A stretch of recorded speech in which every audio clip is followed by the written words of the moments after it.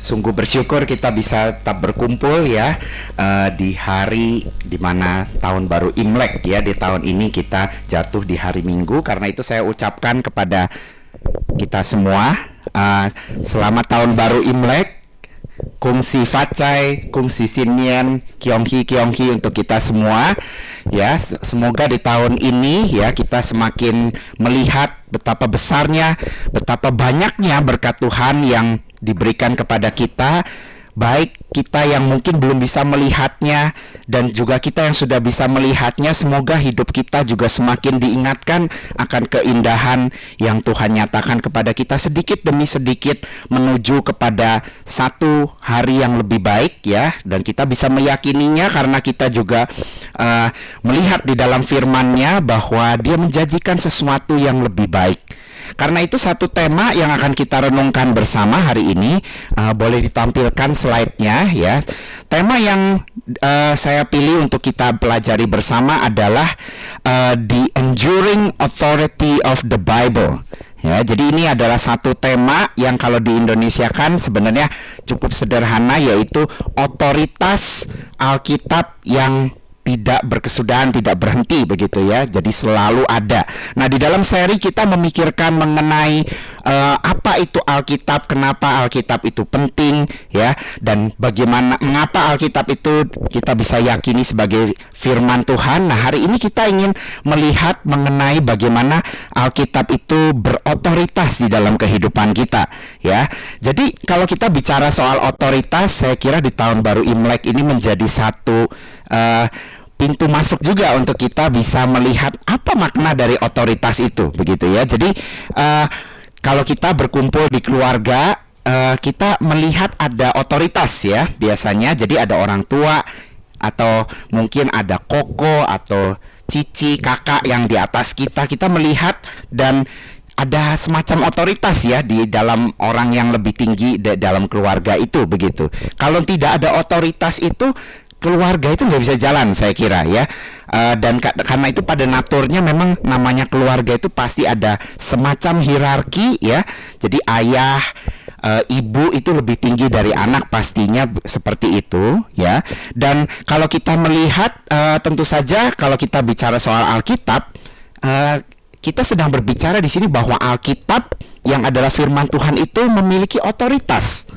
Ya, dan kita berbicara di sini mengenai otoritas atas hidup kita begitu ya.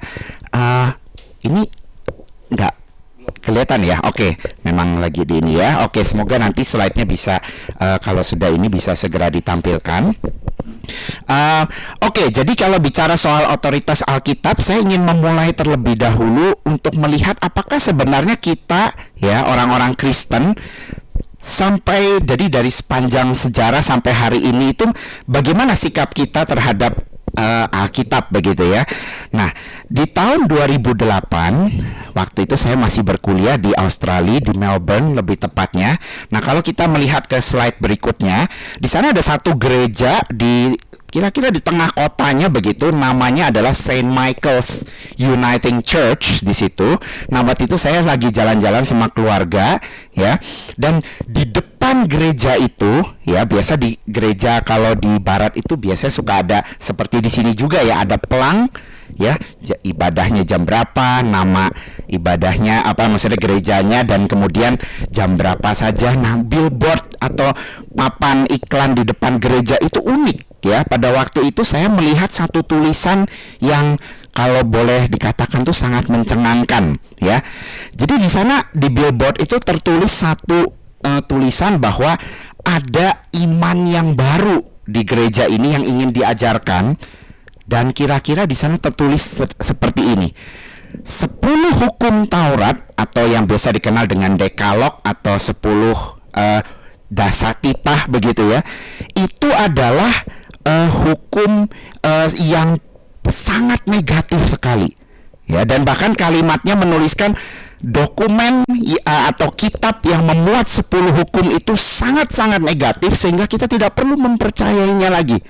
Saudara, ini gereja Kristen by the way yang berkata seperti itu, kalimatnya seperti itu. Saya ketika ngelihat itu kaget juga ya, karena loh, selama ini dalam waktu itu ya pikiran yang terlintas adalah, loh, bukankah 10 hukum itu adalah bagian dari Alkitab? Ya, walaupun itu di Perjanjian Lama, tetap kita orang Kristen mengakuinya. Dan kemudian saya dan kemudian papa saya waktu itu ya mencari tahu begitu ya. Oh, ini ternyata gerejanya sebenarnya gereja yang sudah lama mengajarkan hal yang baik, tetapi kemudian mulai ada orang-orang, dan yang tadi berkata seperti itu adalah pendetanya. Jadi ketika saya cari-cari berita, ternyata pendeta atau gembalanya itu mempercayai, kira-kira ya, dia mengatakan bahwa Yesus itu bukan Allah. Abraham itu adalah tokoh yang tidak pernah ada sesungguhnya, jadi hanya seperti dongeng begitu. Dan dia juga pernah mengatakan Musa itu adalah pembunuh massa, ya, jadi mass murderer, dikatakan seperti itu. Jadi ini gereja ini sangat unik begitu ya, bukan hanya menolak 10 hukum, dan saya kira juga menolak bagian Alkitab yang lain yang katanya mengajarkan perbudakan, mengajarkan kekerasan dan seterusnya. Jadi ini mungkin kita kalau melihat kasus seperti ini, wah, oh ini mungkin cuma satu lah di antara sekian banyak gereja. Tetapi sayangnya dari tahun 2008 itu terjadi, depan sudah lama sekali. Tetapi setelah itu juga berapa kali saya mendengar kisah seperti ini lagi ya. Misalnya di tahun 2017 ada gereja di Swiss mengatakan gembalanya itu sudah menyuruh jemaatnya jangan baca Alkitab. Kalau baca Alkitab nanti kamu jadi kejam, kamu jadi rasis, kamu jadi begini dan begitu ya. Malah katanya disuruh baca bukunya Karl Marx, Friedrich Nietzsche misalnya, dan seterusnya. Loh, saya pikir ini gereja atau kelas filsafat atau apa begitu ya. Kok gereja bilang jangan baca Alkitab, ini gimana? Terus pakai apa lagi begitu kan? Ya, jadi ini agak-agak miris begitu ketika kita mendengar seperti ini ya. Dan kalau kita melihat sebenarnya kondisi seperti ini, seperti saya katakan tadi, memang tidak menjadi lebih baik begitu ya. Banyak gereja yang semakin bertambah. Nah, kalau kita lihat di slide berikutnya, di sana ada satu survei begitu ya. Jadi ini ada survei yang diadakan oleh Ligonier Ministries ya. Jadi mereka itu mensurvei orang-orang Kristen ya, cukup banyak. Jadi ini orang-orang Kristen yang seharusnya bisa dikatakan cukup ortodoks begitu ya. Jadi kalau kita menangkap surveinya mestinya sih cukup baik, tetapi ternyata tidak demikian. Nah, salah satu pertanyaan yang ditanyakan ya, yang di sana tertulis pertanyaannya nomor 16. Di sana ditanya seperti ini orang-orang Kristen yang disurvei ya. Kira-kira kalau diterjemahkan seperti ini ya, Alkitab layaknya tulisan-tulisan sakral yang lain itu memuat kisah-kisah, catatan-catatan yang kuno tetapi yang helpful ya, yang bisa menolong kita juga untuk macam-macam begitu ya, tetapi tidak benar-benar benar gitu ya. Enggak ya, jadi kisah-kisah yang ada di situ tuh ya seperti dongeng Malin Kundang, seperti dongeng Harry Potter barangkali begitu ya.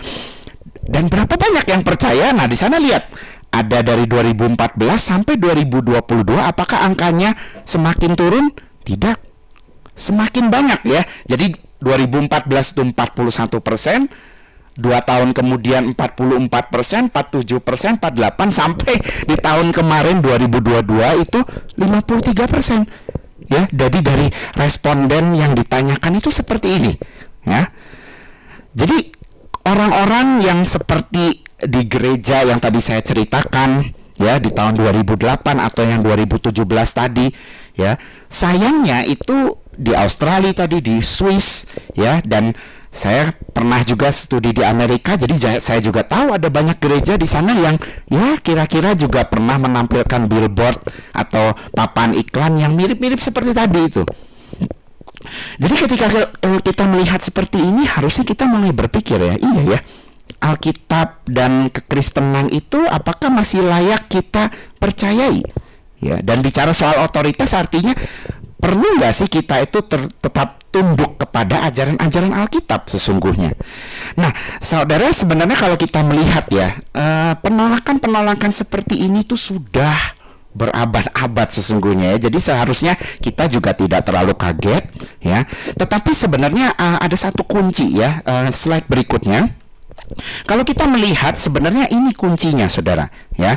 Berbicara soal otoritas itu ya, itu juga berbicara mengenai bagaimana kita membaca Alkitab sesungguhnya ya. Jadi kalimat sini di sana dikatakan kita tidak dapat meyakini kebenaran dan otoritas Alkitab kalau kita itu tidak tahu cara membacanya. Jadi kadang-kadang kalau kita seperti yang saya ceritakan tadi ya, ada orang yang merasa kok hukum Taurat ini 10 hukum itu terlalu mengekang ya. Jadi misalnya hukum pertama kan dikatakan jangan ada Allah lain. Seolah-olah kita, loh kan di sana banyak pilihan agama lah, banyak pilihan Allah-Allah yang lain. Kenapa cuma boleh satu, yaitu Allahnya orang Israel misalnya. Dan tentu saja Allahnya orang Israel itu mengacu juga kepada Allah Tritunggal. Ya, kalau kita membaca Alkitab secara mulai dari Keluaran itu dan seterusnya, sebenarnya itu adalah Allah yang sama. Tetapi kita melihat ya di 10 hukum itu jangan begini, jangan begitu, rupanya banyak orang itu yang terusik. Ya. Lalu juga ada orang-orang yang kemudian mengatakan kenapa ya Alkitab itu mengajarkan Allah itu menghukum, ya bahkan ada yang mulai menolak Allah itu kok mengajarkan nanti manusia yang tidak percaya kepadanya akan masuk neraka dan seterusnya ya. Jadi ini penolakan-penolakan seperti ini sebenarnya sangat banyak sekali ya. Tetapi saya harap kita bisa melihat ini dulu nih. Ini prinsip yang mungkin sekarang ini kita belum terlalu, mungkin sebagian kita ya belum terlalu menangkap ya. Karena apa? Karena kalau kita tuh belum pernah membaca ayat-ayat Alkitab secara keseluruhan ya, kita itu rasanya belum menangkap gitu. Iya ya, kenapa Alkitab itu sulit dipahami ya. Dan memang ada beberapa orang yang kebetulan ketemu ayat-ayat yang kesannya sulit, kemudian mereka tuh langsung menyerah ya. Jadi sebenarnya kita semoga kita tidak seperti itu ya. Ini dorongan dari saya. Semoga kita itu juga memiliki kesabaran, karena kita melihat sepanjang zaman ini ya, orang Kristen itu kalau memang betul ya seperti yang tadi dikatakan ya, oh Alkitab itu mendukung ini, mengajarkan kekerasan ini, tapi kok pertanyaannya ada orang-orang yang masih tetap percaya ya. Dan orang-orang yang Kristen yang percaya itu bukan orang yang jahat juga ya. Memang betul ada yang kita rasa ini nggak seharusnya orang Kristen seperti ini, tetapi nggak perlu dipungkiri juga kita melihat ada orang-orang di gereja yang baik juga ya. Jadi sikap kita seharusnya adalah kita itu bersabar ya, bersabar, pelan-pelan, lebih kritis, dan baca pelan-pelan ya.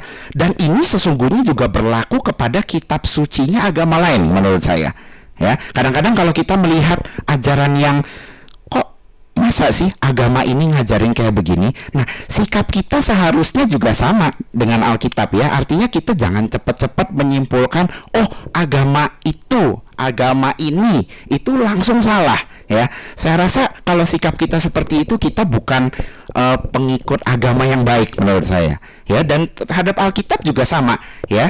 Dan prinsip yang kedua di slide berikutnya, ini adalah prinsip yang tentu saja unik bagi umat Kristen begitu ya, bagi orang-orang Kristen, yaitu ini ya, bagaimana kita itu bisa pada akhirnya meyakini otoritas Alkitab karena Tuhan Yesus sendiri yang menegaskannya, dan Tuhan Yesus sendiri yang menopang kita.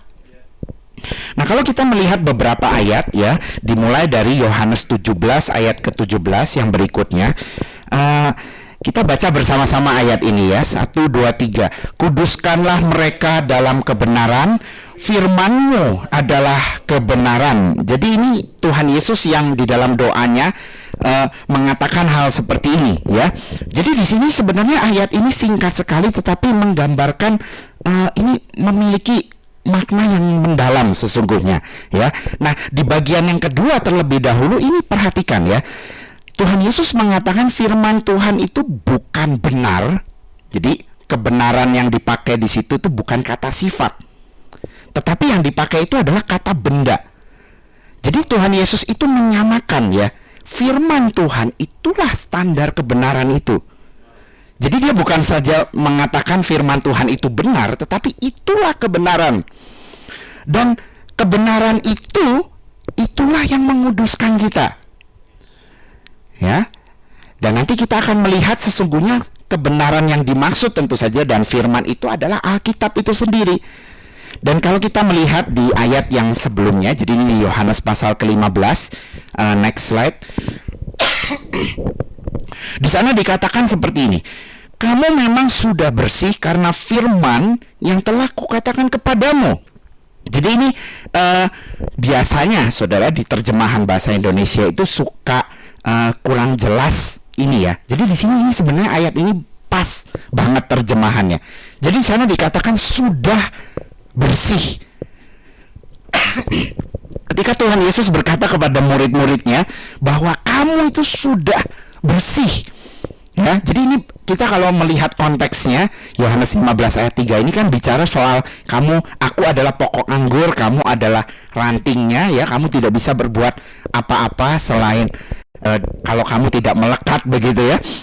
Dan ini perhatikan ya, Tuhan Yesus ini berkata ya, mungkin kamu nggak merasa bersih, tetapi seolah-olah Tuhan tuh mau bilang kamu tuh udah benar bersih loh. Ya, dan kenapa? Karena firman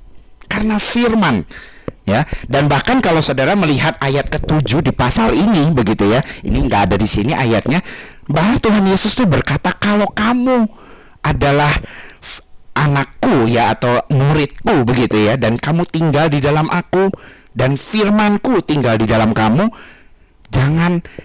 kamu jangan khawatir, minta apa saja akan diberikan kepadamu.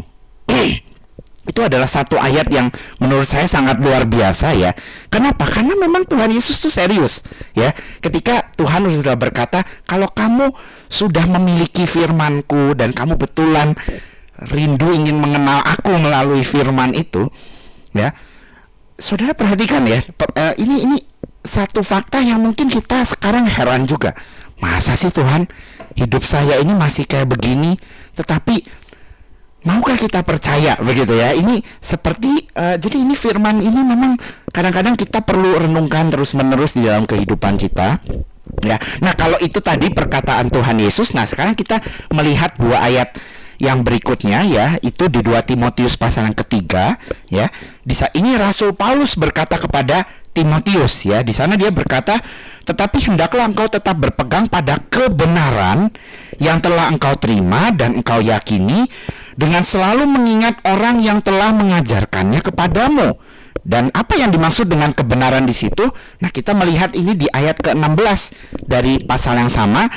Nah, ini di Alkitab terjemahan kita itu sebenarnya kurang pas ya. Jadi ini terjemahan yang lebih baik dari bahasa aslinya ya. Mari kita baca bersama-sama ya. Di sana dikatakan segala kitab suci itu diilhamkan Allah dan memang bermanfaat untuk mengajar, untuk menyatakan kesalahan, untuk memperbaiki kelakuan, dan untuk mendidik orang dalam kebenaran.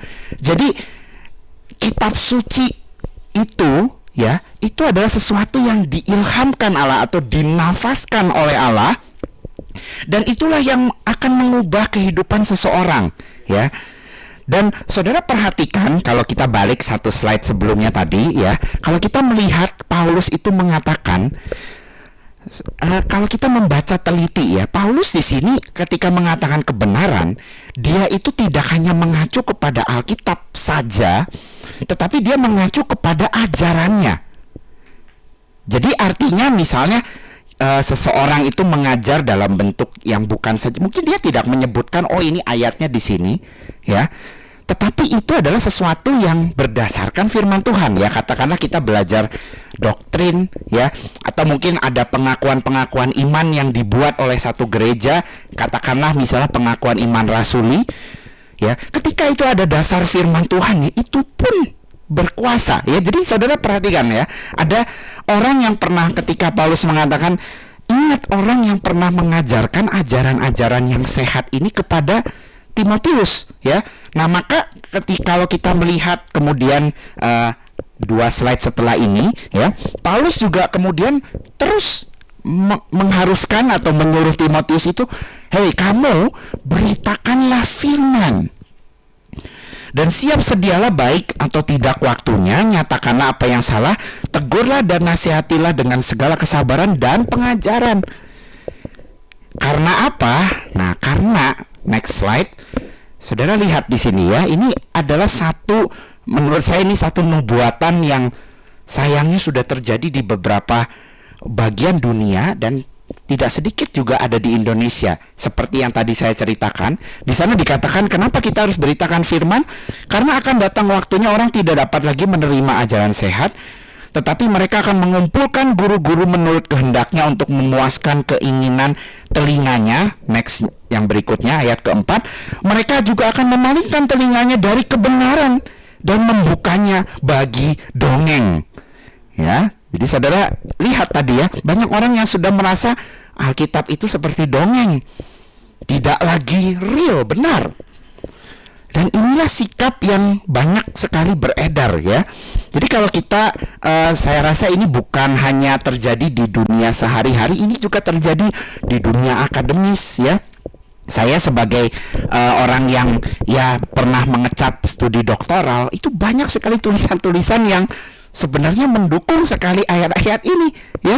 Banyak orang-orang yang pintar-pintar sesungguhnya, tapi mereka itu seolah-olah merasa kebenaran itu tidak ada. Bagaimana orang yang berpikiran seperti itu bisa menerima atau tunduk kepada otoritas Alkitab? Nah, jadi ini memang nubuatan dari Paulus ini ya. Cara untuk menangkalnya, Paulus mengatakan kepada Timotius, kamu harus memberitakan firman. Dan harapannya firman itu kemudian bisa tercermin di dalam kehidupanmu dan juga jemaatmu, supaya orang itu melihat bahwa firman itu sungguh-sungguh mengubah kehidupan ya. Nah, kalau kita kembali ke prinsip yang tadi saya sudah katakan ya, next slide. Sekali lagi kita mau melihat ini saudara ya. Ini adalah satu prinsip yang kita tidak boleh lupa sebagai orang Kristen. Kenapa? Karena pada akhirnya yang bisa mengubah kita itu bukan kita ya, tetapi firman-Nya. Tuhan Yesus itu sendiri ya, yang sudah memberikan kepada kita Alkitab, Perjanjian Lama, Perjanjian Baru ya. Itulah yang pada akhirnya bisa meyakinkan kita juga akan otoritas itu ya. Nah, tetapi sekarang pertanyaannya adalah begini ya, bagaimana kita kalau ditanya orang ya, kamu kok bisa yakin ya kalau Alkitab itu adalah firman Allah, dan kenapa kita harus percaya begitu ya. Jadi pertanyaan berikutnya, next slide.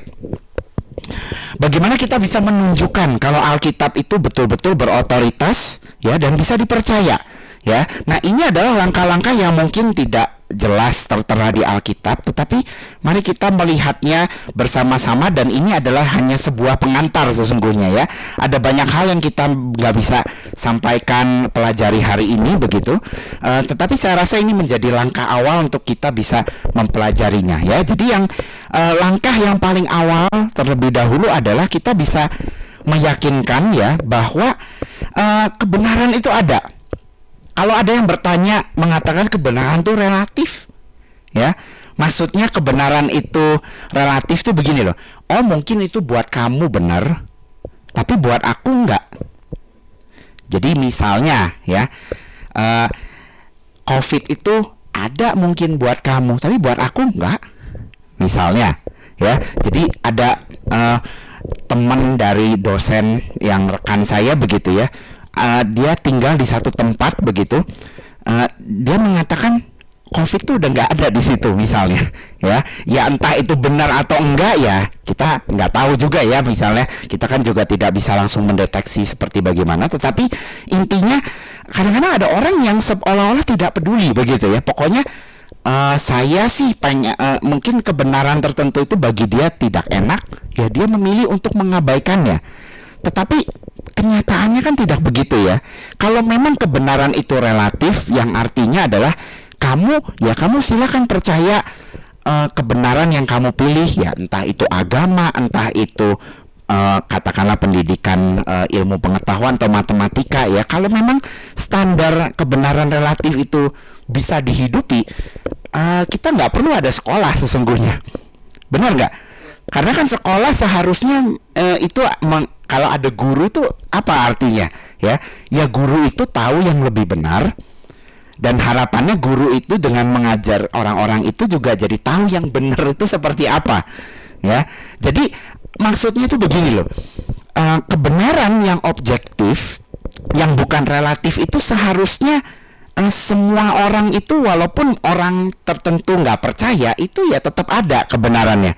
Ya, jadi katakanlah misalnya bumi itu katanya kan dulu pusat dari alam semesta begitu ya. Nah, sampai tahun sekitar abad ke-17 orang-orang kan percaya seperti itu. Ternyata ditemukan, ternyata pusat yang jadi alam semesta itu berputarnya itu pusatnya itu di matahari ya, bukan di bumi misalnya. Atau ada dulu teori yang mengatakan bumi itu flat ya, rata begitu misalnya. Tetapi kan itu sebenarnya kita tahu nggak benar begitu. Tetapi ada nggak yang percaya? Ya ada juga ya. Nah, tetapi kan sekarang pertanyaannya begini, kalau benerannya bumi itu nggak flat begitu ya, mau ada orang yang percaya bumi itu flat, itu tidak mempengaruhi realita ini loh ya. Nah saudara, kalau kita tidak bisa berpikir seperti itu ya, rasanya hidup kita sehari ini bakal berubah begitu ya. Dan prinsip berikutnya ya, yang berkaitan dengan kebenaran itu ada dan objektif begitu ya, tidak hanya relatif, tetapi kebenaran itu mengeksklusi, atau intinya adalah yang bertentangan dengan itu ya nggak bisa kita percayai ya. Seperti tadi contohnya, kalau bumi itu bulat bundar ya tidak flat begitu, karena kan bertentangan ya, nggak mungkin bumi itu flat dan bundar pada saat yang bersamaan ya. Atau contoh lain misalnya, Allah itu ada dan tidak ada ya, itu kan loh harus pilih salah satu, nggak mungkin dua-duanya benar ya. Nah jadi saudara, kalau seharusnya cara berpikir seperti ini cukup wajar, lumrah, dan seharusnya kita berpikir seperti itu. Nah kalau prinsip ini kita tidak tangkap terlebih dahulu ya, kita tidak bisa membicarakan hal-hal yang selanjutnya nih ya. Nah oke, kalau kita sudah menangkap prinsip ini ya, coba kita lihat langkah berikutnya.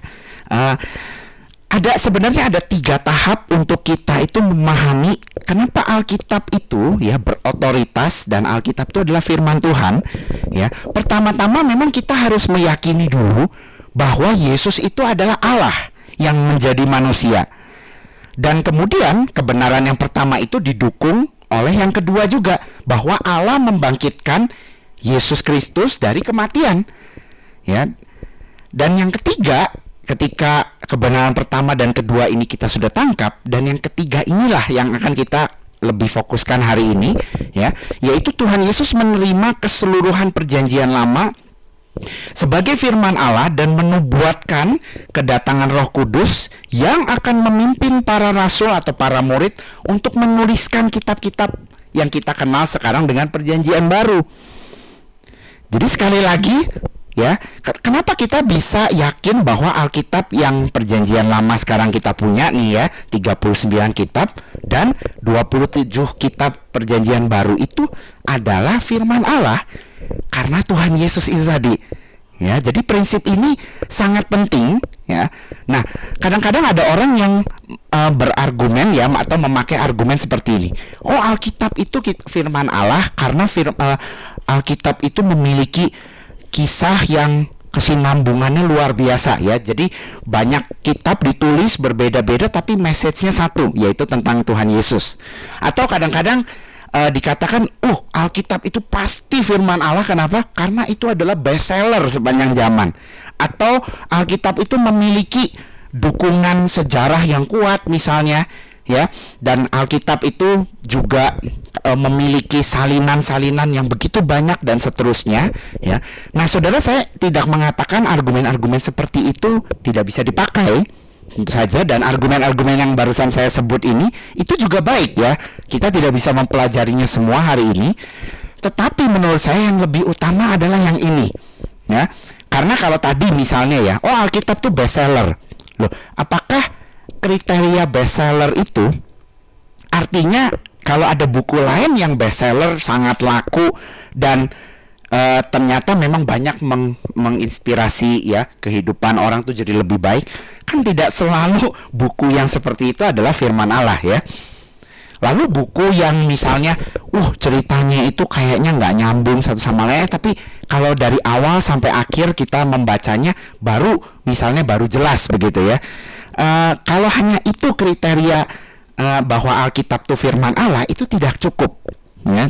Jadi kriteria nomor 3 ini atau prinsip nomor 3 itu sangat penting ya, dan kita juga tidak boleh lupakan identitas Tuhan Yesus itu siapa ya. Kalau Yesus itu bukan Tuhan, ya artinya ya mungkin yang dia akui sebagai PL atau PB itu kita perlu ragukan juga ya. Nah, jadi sebenarnya kalau kita lihat ya, nomor 1 dan nomor 2 ini adalah ya materi atau khotbah yang berbeda barangkali ya. Jadi ini memang dalam satu khotbah ini kan singkat ya, kita tidak mungkin membahas semua, tetapi ini kita mesti ingat ya. Jadi kita mesti melihat ya bagaimana kita itu bisa melihat Yesus itu adalah Allah atau bukan ya, dan kemudian tentang kebangkitan Yesus itu benar-benar pernah terjadi atau tidak ya, itu ada di lain waktu nanti. Dan kalau barangkali ada yang mau bertanya juga bisa bertanya ke Ko Yusak nanti atau kepada saya dan yang lain juga, kita bisa berdiskusi. Tapi coba kita mendalami sekarang yang nomor 3 ini ya. Kenapa Tuhan Yesus itu mengatakan Alkitab Perjanjian Lama itu adalah firman Allah ya. Sedikit saja beberapa ayat yang kita bisa lihat. Yang pertama yaitu di Matius pasal yang kelima ayat ke-17. Di sana Tuhan Yesus berkata ya, di khotbah di bukit itu ya, janganlah kamu menyangka bahwa aku datang untuk meniadakan hukum Taurat atau kitab para nabi. Aku datang bukan untuk meniadakannya, melainkan untuk menggenapinya ya. Dan bahkan kalau kita membaca seterusnya, Tuhan Yesus bahkan menegaskan dengan sangat kuat ya, satu iota pun, artinya maksudnya satu huruf pun tidak akan terlewatkan ya. Jadi ini Tuhan Yesus ini apa yang dimaksud kitab nabi dan hukum Taurat ya. Dan tentu saja kalau kita melihat ayat berikutnya di dalam Lukas pasal 24 ayat 44, di sana Tuhan Yesus juga berkata, inilah perkataanku yang telah kukatakan kepadamu ketika aku masih bersama-sama dengan kamu, yakni bahwa harus digenapi semua yang tertulis tentang aku dalam, perhatikan, kitab Taurat Musa, kitab nabi-nabi, dan kitab Mazmur. Jadi Tuhan Yesus di sini mengatakan sebenarnya secara singkatnya ya, kitab nabi-nabi, Mazmur, kitab Taurat itu adalah keseluruhan Alkitab Perjanjian Lama. Jadi saudara, kalau kita melihat di sini, jadi ayat-ayat ini dan masih banyak yang lain sebenarnya ya. Jadi ini adalah afirmasi atau penerimaan Yesus terhadap kitab Perjanjian Lama pada waktu itu ya. Jadi ketika Rasul Paulus juga tadi mengatakan semua kitab suci itu ya mengacu kepada Perjanjian Lama sesungguhnya. Ya, jadi sekali lagi Perjanjian Lama ini dikatakan oleh Tuhan Yesus sebagai firman Allah ya, dan termasuk tadi kalau dikatakan 10 hukum itu kan masuk ke Taurat Musa begitu ya. Jadi itu Perjanjian Lama. Nah, bagaimana dengan Perjanjian Baru?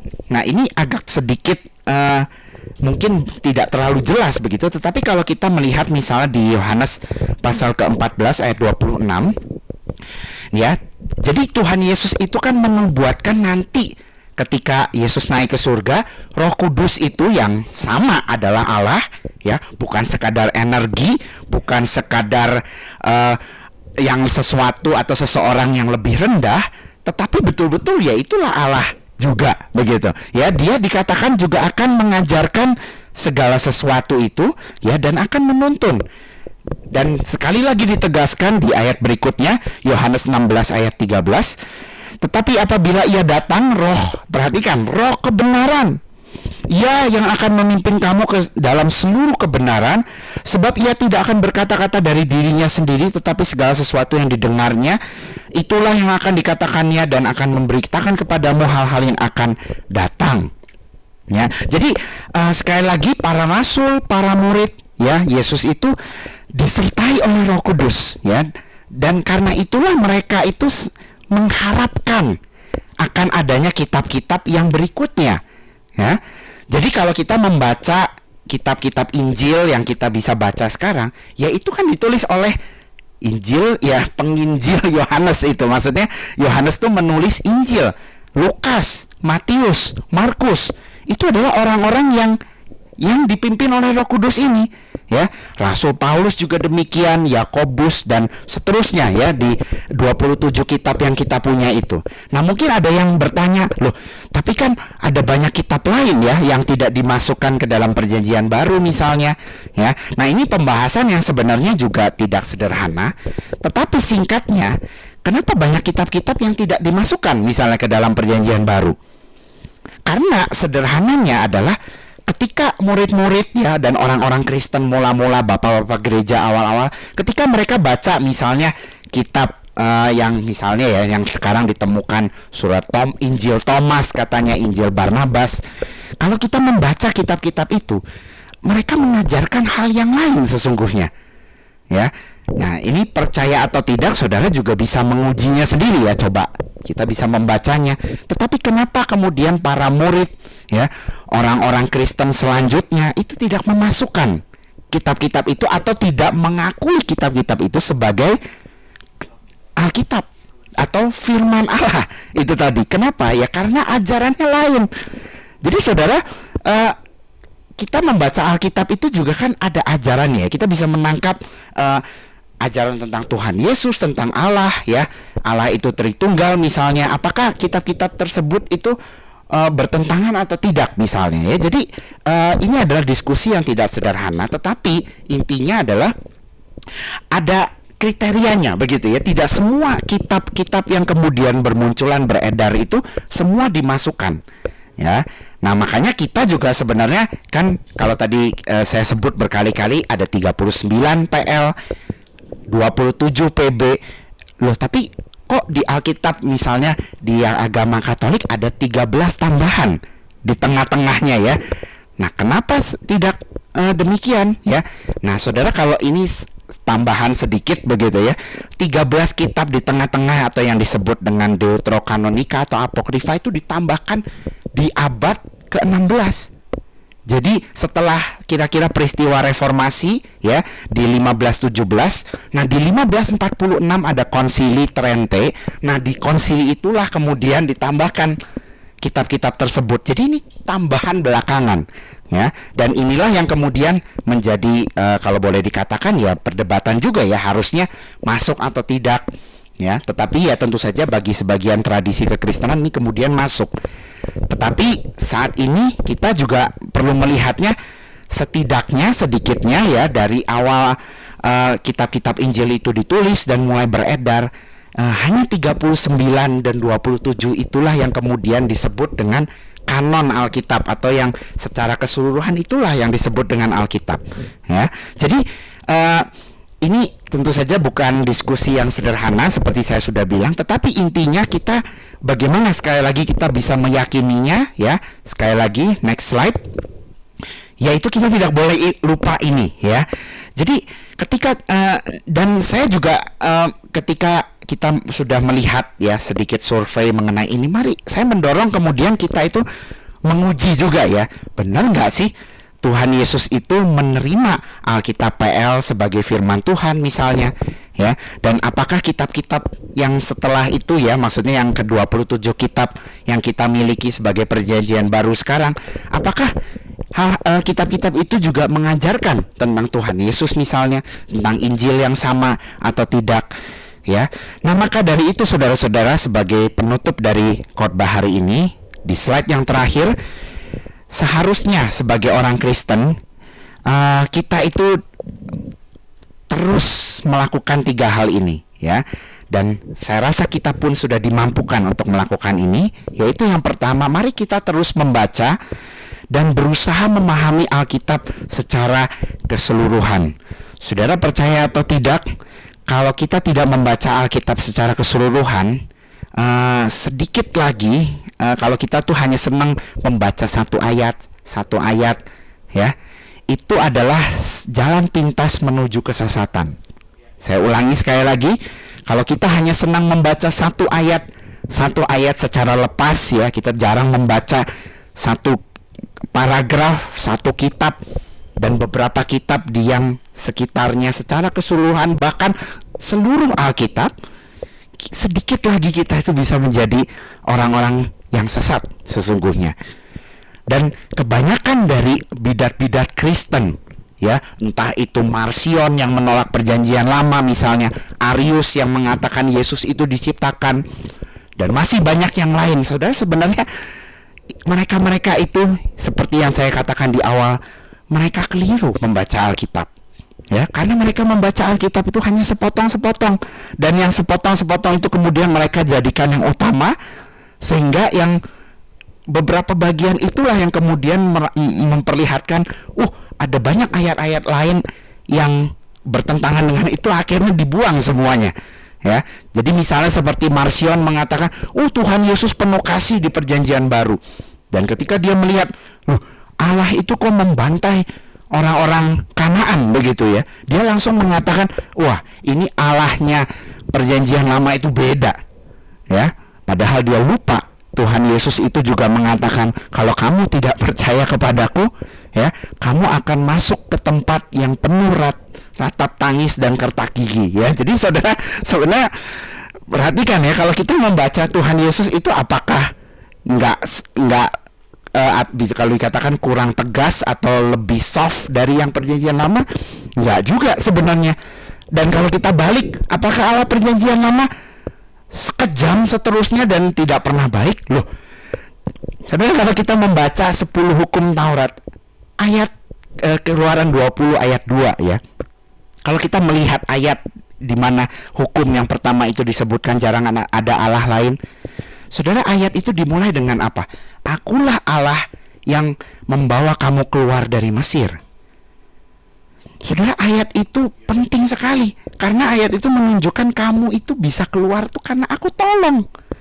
Dan kalau kita membaca Keluaran pasal kedua, di sana dikatakan Allah itu mendengar jeritan tangis mereka. Dan saudara, bukan saja Allah itu membebaskan mereka, tapi kita tahu bangsa Israel setelah itu mengeluh, merasa, loh, kok aku udah keluar, gak bisa makan sekarang, gak bisa minum, udahlah kami balik aja ke Mesir, lebih enak di sana. Kalau kita jadi Tuhan, ya, kita itu bisa kesel sama orang-orang ini. Kok sepertinya tidak mengerti, ya. Ibaratnya kita itu udah dibantuin, ya. Nih, kamu tuh bisnis udah mau bangkrut, saya tolong suntik dana, kamu terus nggak tahu rasa terima kasih, begitu loh. Tapi Tuhan ngapain? Apakah Tuhan membinasakan mereka? Ada yang dibinasakan, tetapi Tuhan tetap menyisakan, ya. Tuhan tetap baik menjaga bangsanya itu, ya, sampai kepada tanah Kanaan. Dan terus menerus kita melihat Allah itu beranugerah di dalam perjanjian lama, ya.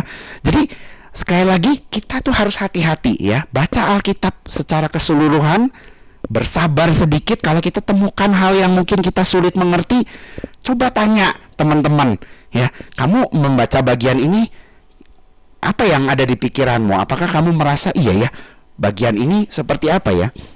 Nah, maka itu kita juga perlu belajar sejarah sebenarnya, ya. Nama-nama yang tadi saya sebutkan, misalnya, ya, Marcion, Arius, Sabelius, ini adalah nama-nama orang yang sayangnya mereka itu kurang menyeluruh membaca Alkitabnya. Tetapi ada tokoh-tokoh lain seperti Tertullianus, Athanasius, Agustinus, dan masih banyak yang lainnya sesungguhnya yang sudah membaca Alkitab terlebih dahulu dengan teliti sebelum kita. Dan saudara, tokoh-tokoh itulah yang sesungguhnya bisa menolong kita juga melihat, oh iya ya, ada perspektif seperti ini toh. Ya. Jadi saudara, perspektif yang pertama, ya, anjuran yang pertama ini sangat-sangat penting. Dan tentu saja terkait dengan yang kedua, mari kita belajar juga mengenali doktrin di dalam kekristenan yang lebih baik. Tadi kita membaca misalnya Rasul Paulus juga mengajar kepada Timotius. Timotius juga disuruh mengajar kepada jemaatnya. Itu bukan hanya di 2 Timotius. Kalau kita membaca di Titus, kalau kita membaca di 1 Timotius, dan di surat-surat pastoral atau surat-surat Paulus yang lainnya kepada Timotius misalnya, anjuran itu terus dikumandangkan, ya, terus diberikan. Ya, karena itu yang kedua ini juga tidak kalah pentingnya. Dan terus tentu saja yang ketiga, jangan berhenti. Latih diri kita semua untuk terus memberitakan Injil. Saudara, ketika Rasul Paulus itu juga bukan saja mengajar, tetapi dia juga menghidupi firman itu. Dia kerja keras demi Injil, dia tetap bukan saja membangun gereja, ya, dia mengajar, tapi dia juga hidup sesuai dengan firman Tuhan itu, ya. Ketika dia mengatakan kepada Timotius tadi, ajarkan kepada mereka kebenaran, ya. Sebenarnya kalau kita membaca ayat sebelumnya, Paulus itu juga mengatakan, kamu sudah melihat kehidupanku, kamu belajar dari aku. Dan kalau kita membaca juga Timotius itu siapa? Dia punya nenek, ya, namanya Lois, ya, sama seperti salah satu jemaat kita juga di sini, ya. Ini ada orang-orang yang menghidupi firman itu dan yang mengajarkan firman Tuhan itu, ya. Jadi saudara, kita pun kalau kita bisa berada di gereja hari ini, itu adalah karena orang-orang yang memberitakan Injil sebelumnya kepada orang-orang yang memberitakan Injil kepada kita, menghidupi Injil kepada kita, ya, menjadi teladan. Bukan saja teladan, tetapi juga yang mengajarkannya kepada kita. Karena itu mari kita teruskan, ya, pola yang baik ini, pola di mana Tuhan itu menjadi dikenal di antara bangsa-bangsa lain. Supaya apa? Supaya otoritas Tuhan itu ditegakkan, ya. Orang itu bisa melihat ada Tuhan yang masih hidup sampai hari ini berkarya bagi kita, ya, menjadikan dunia ini sekalipun terlihat sangat tidak berpengharapan, tetapi kita melihat juga ada sedikit-sedikit, ya, Tuhan menunjukkan harapan yang kita bisa lihat. Karena itu maukah kita menjadi orang-orang Kristen yang bukan saja percaya terhadap otoritas Alkitab, mari kita membacanya dengan lebih baik, mari kita mempelajarinya, dan bukan hanya kita kemudian dapatkan di kepala, tetapi kita salurkan melalui mulut kita. Biarlah tangan-tangan kita, kaki kita juga bergerak demi Injil itu bisa disampaikan. Firman Tuhan itu betul-betul menubuh, ya, menjadi nyata di dalam kehidupan setiap kita. Sama seperti Allah yang tidak kelihatan itu juga menjadi manusia di dalam Yesus Kristus. Amin, saudara-saudara. Mari kita berdoa.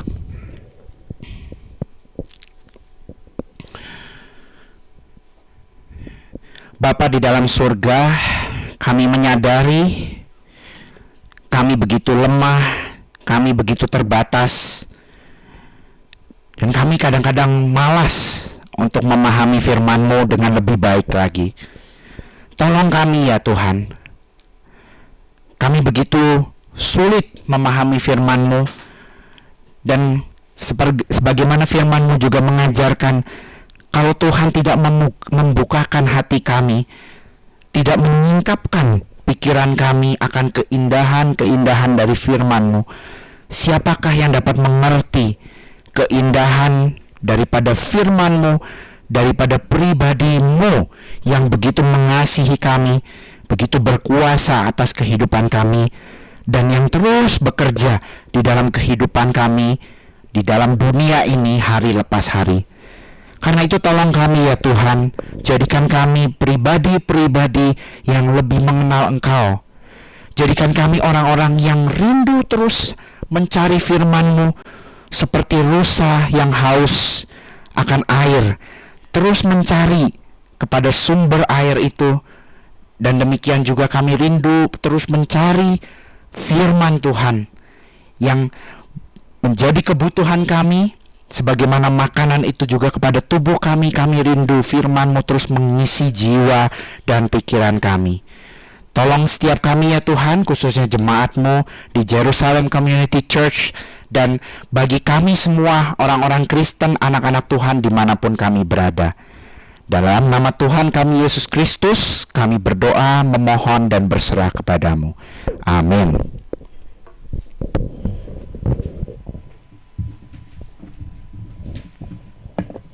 Mari kita sekali lagi kita panjatkan doa. Tuhan, kami bersyukur karena hari ini kami boleh kembali diingatkan oleh kebenaran firman-Mu. Berkati Tuhan hamba-Mu Evangelis Wilson yang telah menjadi penyampai firman-Mu. Tuhan yang memakai beliau lebih lagi di dalam perjalanan kerohaniannya, di dalam pelayanannya, di dalam mengajarkan kebenaran firman-Mu kepada mahasiswa-mahasiswa yang Tuhan percayakan, di dalam keluarganya, segala sesuatu yang Tuhan percayakan untuk Evangelis Wilson kelola, lakukan. Tuhan campur tangan buat berhasil bagi kemuliaan nama-Mu. Dan tiba saatnya Tuhan, kami rindu untuk memberi persembahan. Biarlah kami boleh memberi dengan sikap hati yang benar. Kami mau memberi Tuhan, bukan untuk diberkati, tetapi karena kami sudah memperoleh berkat terbesar, yaitu pengorbanan Yesus Kristus yang mengampuni, menebus, dan menyucikan hati nurani kami. Kami siap memberi bagi kemuliaan nama-Mu sebagai ucapan syukur kami. Di dalam nama Tuhan Yesus kami berdoa. Amin. Ya, puji Tuhan, untuk petugas saya izinkan untuk mengedarkan kantong persembahan. Persembahan bisa diberikan melalui dua cara, yaitu melalui onsite di tempat ini atau melalui transfer ke rekening BCA dengan nomor 15703300043. Terima kasih untuk pelayanan Evangelis Wilson. Tuhan Yesus memberkati. Ada beberapa pengumuman saudara ya. Ibadah Raya Jerusalem Community Church setiap hari Minggu pukul 16 di Komplek Permata Indah Blok J nomor 18. Jika Bapak Ibu bisa mengikuti secara onsite, saya mengundang Bapak Ibu untuk hadir secara onsite di tempat ini setiap hari Minggu pukul 16, atau mengikutinya secara online di link Zoom yang Bapak Ibu ikuti saat ini. Ada worship night setiap hari Rabu Bapak Ibu, ini juga kita lakukan secara hybrid, onsite di tempat ini setiap hari Rabu pukul 19 ya, dan juga online di link Zoom yang sama seperti yang Bapak Ibu ikuti. Lalu ada komsel setiap hari Jumat sebulan sekali di akhir bulan. Ya, itu kita lakukan secara onsite, dan untuk update tempatnya nanti diinfokan lebih lanjut. Ya, Instagram Jerusalem Community Church @GCCBDG, dan Bapak Ibu jika memiliki Instagram boleh memfollow, dan juga untuk recording ibadah dapat Bapak Ibu saksikan kembali di YouTube channel Jerusalem Community Church. Ya, ibadah GCC Kids diadakan setiap hari Minggu pukul 10:15 di tempat ini. Dilaksanakan hanya onsite saja. Ya, bagi Bapak Ibu yang memiliki anak atau cucu boleh membawa untuk beribadah bersama-sama, belajar kebenaran firman Tuhan setiap hari Minggu pukul 10:15. Mari kita sama-sama masuk di dalam doa tutup ibadah sore ini. Kami bersyukur Tuhan buat kesempatan yang Tuhan berikan bagi kami untuk kami boleh memuji Tuhan, untuk kami boleh mendengar firman, untuk kami boleh memberi persembahan. Biar semua yang Tuhan izinkan untuk kami lakukan itu boleh menyenangkan dan mempermuliakan Tuhan. Kami menyerahkan bangsa dan negara kami Indonesia dalam tangan-Mu. Biarlah Tuhan pemulihan nyata, damai sejahtera Tuhan turun di tengah bangsa dan negara kami. Biarlah Tuhan hadirat Tuhan yang penuh dengan kasih melawat bangsa dan negara kami. Tuhan yang menolong untuk pemilu 2024, persiapan pemilu hari-hari ini yang terus dilakukan supaya semua boleh berjalan dengan baik, kondusif Tuhan, dan lahirlah pemimpin yang terbaik dari Tuhan bagi bangsa dan negara Indonesia. Kami juga berdoa Tuhan untuk komunitas kami Jerusalem Community Church. Tuhan terus bawa setiap perjalanan kami Tuhan, dari hari ke hari, waktu ke waktu Tuhan. Setiap apa yang Tuhan percayakan bagi kami, ajar bawa komunitas kami untuk terus memberitakan Injil, memberitakan kebenaran firman-Mu, sehingga lebih banyak lagi orang yang boleh mengenal dan mengalami Engkau dengan benar. Kami bersyukur buat sore ini. Kami juga berdoa Tuhan buat Bapak Philip dan juga anak Dante, Ibu Gembala dan juga Gevariel yang kesehatannya terganggu. Kami berdoa biarlah ada kesembuhan, jamahan Tuhan memulihkan kesehatan saudara-saudara seiman kami yang bergumul dengan kesehatannya. Biar di dalam kondisi yang lemah tubuh tapi imannya, pengharapannya tetap kuat. Kami berdoa buat setiap saudara-saudara seiman kami yang mungkin hari ini sedang berkumpul bersama keluarga di luar kota, di dalam kota. Penyertaan perlindungan Tuhan nyata bagi kami semua. Mari saudara kita mau bangkit berdiri, kita mau masuk di dalam doa berkat. Kita mau menerima berkat daripada Allah Bapa. Terimalah segala berkat daripada Allah Bapa, cinta kasih daripada Tuhan Yesus Kristus, persekutuan dengan Roh Kudus, hati yang mengasihi Tuhan, hati yang selalu rindu dekat dengan Tuhan, kekuatan, kerelaan, sukacita daripada Tuhan ada buat kami semua untuk menjadi menjadi pelaku firman-Mu saat ini sampai selama-lamanya. Memberkati keluarga, hubungan suami istri, orang tua, anak, kakak, adik, terus Tuhan pulihkan dan ikat dengan tali kasih dari Tuhan. Memberkati usaha, perekonomian, pekerjaan, studi kami semua, pelayanan, kesehatan, semua yang Tuhan percayakan pada kami. Ajar kami untuk mengelola itu dengan mengandalkan Tuhan, sehingga kami boleh memperoleh yang terbaik dari Tuhan dan kemuliaan bagi nama Bapa di sorga. Terima kasih Tuhan, terima kasih Bapa. Di dalam nama Tuhan Yesus kami berdoa, amin.